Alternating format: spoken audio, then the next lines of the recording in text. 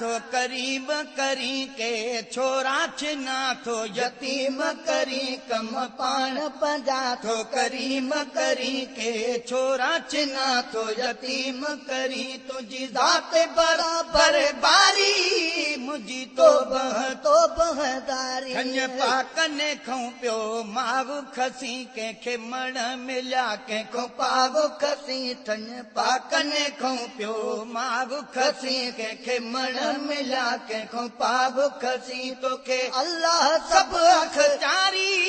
मुझी तो बहदारी मुझी तो बहदारी के वसंदड़ शहर वीरान करी आबाद नवा आस्तान करी के वसंदड़ शहर वीरान करी आबाद नवा आस्तान करी आबाद नवा आस्तान करी के जा कोट के रागे गोठ खसी किथे जञ सजी खां घोट खसी के जा कोट के रागे गोठ खसी किथे जञ सजी खां घोट खसी के रवारी उम्र सारी मुझी तो बहदारी के रवारी उम्र सारी मुझी तो बहदारी तुझी ज़ात बराबर बारी मुझी तो बहदारी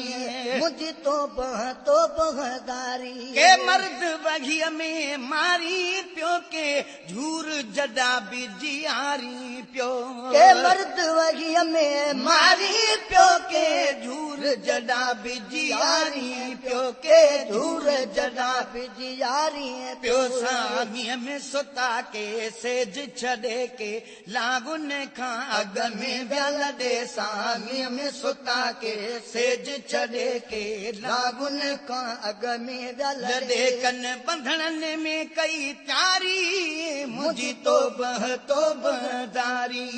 मुझी तो बहदारी तुझी ज़ात बराबर बारी मुझी तो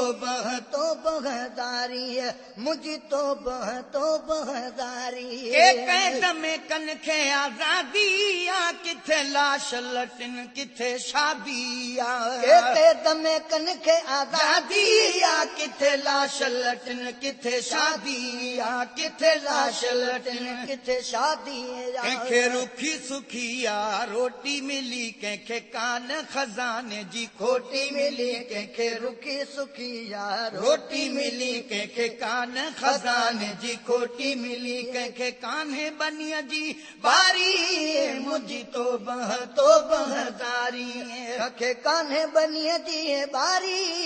मुझी तो बहदारी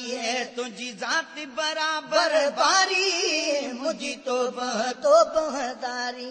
मुझी तो बहदारी तुझो अजब रंग इलाही आ तो खल्की पाण खुदागी आ तुझो अजब रंग इलाही आ तो खल्की पाण खुदागी आ तो खल्की पाण खुदागी कंहिंखे धन ॾयूं पियो धनार करी बादशाहन के पे नार करी किथे बरा किथे तबहारी मुझी तो बहदारी किथे बरा किथे तबहारी मुझी तो बहदारी हाजी सफर खे तार ॾिनई पंहिंजे प्यारे नबीअ जो प्यारो ॾिनई हाजी सफर खे तार ॾिनई पंहिंजे प्यारे नबीअ जो प्यारो ॾिनई पंहिंजे प्यारे नबीअ जो प्यारो ॾिनई शुक्रान वॾा सना खान कई मुते मालिक ही एहसान कई शुक्रान वॾा सना खान कई मुते मालिक ही एहसान कई वतनात मां पढ़ंदो प्यारी मुझी तो बहदारी तुझी ज़ात बराबर बारी मुझी तो बहदारी कम पाण पंजा थो करीम करी के छोरा छिना थो यतीम करी तुझी ज़ात बराबर बारी मुझी तो बहदारी